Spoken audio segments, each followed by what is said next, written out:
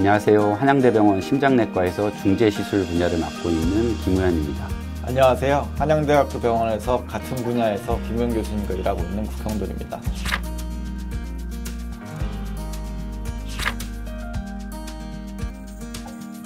최근에 전신 마취를 하지 않고 시술 시간과 입원 시간이 짧아서 환자한테 좀 유리한 경피적 대동맥 판막 치환술이라는 시술이 대두되고 있고 이 관심을 끌고 있는데, 이러한 치료법이 어떤 치료법인지에 대해서 한번 김우현 교수님과 말씀을 나눠보도록 하겠습니다. 그러면 대동맥 판막 협착증이라는 게 도대체 어떤 병인가요? 예, 대동맥 판막 협착증은 이제 단어 뜻을 기억을 하셔야 되는데요. 대동맥 판막이 좁아졌다라는 뜻이 되겠고요. 대동맥 판막은 심장과 대동맥 사이에 존재하는 판막, 즉 방문이라고 이해하시면 되겠습니다. 그래서 심장에서 대동맥으로 혈류가 진행을 하게 되는데, 이 방문이 혈류의 역류를 막기 위해 존재를 하게 됩니다. 나이가 들게 되면 판막이 계속 열리고 닫히고를 반복하기 때문에 판막이 두꺼워지고 잘 안 움직이게 돼서 이후에 협착증으로 진행하게 되겠습니다. 그래서 대동맥 판막 협착증은 협착 정도에 따라서 세 단계로 구별할 수가 있고요. 경도, 중등도, 중증으로 이렇게 나뉘게 됩니다. 그래서 중증 대동맥 판막증으로 협착증으로 진행하게 되는 경우에는 여러 가지 위험한 증상 등이 나타날 수 있겠습니다. 그러면 대동맥 판막 협착증이라는 병이 심해지면 보통 증상들이 어떤 것들이 있을까요? 보통은 경도나 중등도일 때는 증상이 없는 경우가 많고요. 중증 대동맥 판막 협착증으로 진행하게 되면 대동맥 판막이 심장에서 대동맥으로 가는 방문이라고 했죠. 그러니까 방문이 잘 안 열리니까 각 장기로 피가 잘 안 가게 되는 상황들이 생기게 되겠습니다. 그 중에 대표적인 세 가지가 호흡곤란, 그리고 흉통, 실신 등의 증상이 발생할 수 있겠고요. 이러한 증상이 발현하기까지 된 중증 대동맥 판막 협착증의 경우에는 적절한 치료를 받지 못하면 평균 수명이 2, 3년 정도밖에 되지 않고, 심한 경우에는 급사를 유발할 수 있기 때문에 주의가 필요하겠습니다. 교수님 말씀을 들으니 상당히 좀 무서운 병이라는 생각이 드는데요. 이러한 대동맥 판막 협착증을 예방하는 방법이 있을까요? 안타깝게도 현재까지는 대동맥 판막 협착증의 발생을 예방하거나 병의 진행을 늦출 수 있는 효과적인 약물 치료는 없습니다. 건강검진을 통해서 대동맥 판막 협착에 대해서 평가하는 것이 무엇보다 중요할 수 있겠고요.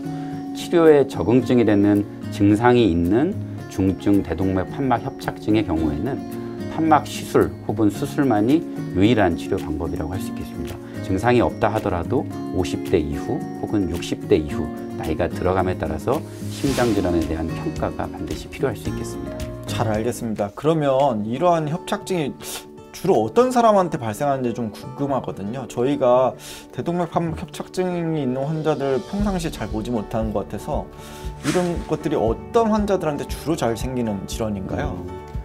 대동맥 판막 협착증을 유발하는 여러 가지 병태 생리에는 다양한 원인이 있습니다. 나이가 들에 따라서 판막을 많이 쓰게 되면 판막은 이제 쉬지 않고 24시간 365일 동안 계속 움직이기 때문에 시간이 지나면서 판막이 두꺼워지고 삐떡거리게끔 생기는 거죠. 그래서 노화에 의한, 고령에 의한 판막 노화가 가장 흔한 원인이 될 수 있겠고요. 선천적으로 대동맥 판막 개수가 좀 다른다든지 모양이 다른 분들, 혹은 류마티스 질환과 같은 전신질환에 의한 합병증으로 판막 기능이 떨어지시는 분들도 있겠습니다. 그러면 경피적 대동맥 판막 치환술 과정에 대해서 잠깐 설명해 주실 수 있을까요? 이 시술은 탑이라는 단축어로 불리게 됩니다. 탑이라는 건 Transcatheter Aortic Valve Implantation.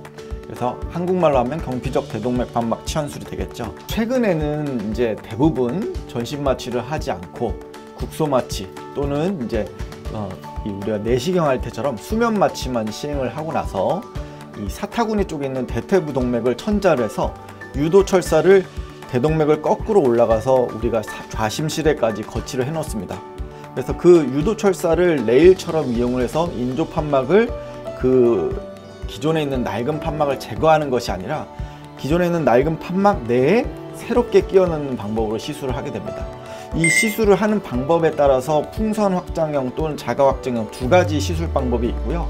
이거는 환자의 해부학적 구조라든지 여러 가지 우리가 고려해야 될 점들을 전문적으로 상의해서 어떤 치료 방법을 할지 선택을 하게 되고, 시술 시간은 보통은 1시간 내지 2시간 이내 소요된다고 생각하시면 될 것 같습니다. 수술하고 비교했을 때 입원 기간도 굉장히 짧겠네요.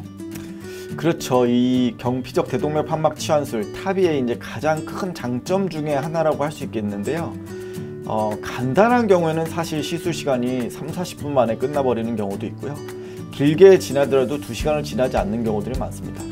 특히 그리고 입원 기간들도 전신 마취를 하지 않고 우리가 개용을 하지 않기 때문에 대부분 일주일 이내에 퇴원할 수 있어서 고령의 환자들한테 상당히 좀 유리한 치료법이라고 할 수가 있겠습니다. 그렇지만 이게 탑이라는 시술이 수술에 비해 무조건 우월하다 이렇게 판단하는 것은 옳지 않고요. 환자의 나이 그리고 또 해부학적인 구조에 따라서 다리 혈관병이 심한 사람들은 또 탑이 하기 곤란한 경우들도 있거든요. 이런 경우들도 있기 때문에 개개인의 특성 또 환자의 선호도 여러 가지를 상의해서 저희가 치료법을 결정하는 것이 현명한 방법이라고 할 수 있겠네요. 우리 병원에서 이제 하반기부터는 교수님과 제가 또 이 탑이라는 시술을 하게 될 텐데 이 시술 관련해서 환자분께 혹시 당부하고 싶은 말씀 있으실까요? 네, 그 경피적 대동맥 판막 치환술은 입원 기간도 짧고 시술 시간도 짧아서 환자분들에게 어떻게 보면 유리한 시술법일 수 있습니다. 시술이 무조건 옳다, 수술이 무조건 옳다라고 말씀드릴 수 있는 부분은 아니기 때문에 병원에 내원하셔서 심장내과 전문의, 그리고 흉부외과 전문의와 면밀한 상담을 진행해 보시는 것을 권장드립니다. 지금까지 한양대학교 병원 김우영 교수님과 함께 경피적 대동맥 판막 치환술에 대해서 이야기 나눠봤습니다. 경청해 주셔서 감사합니다.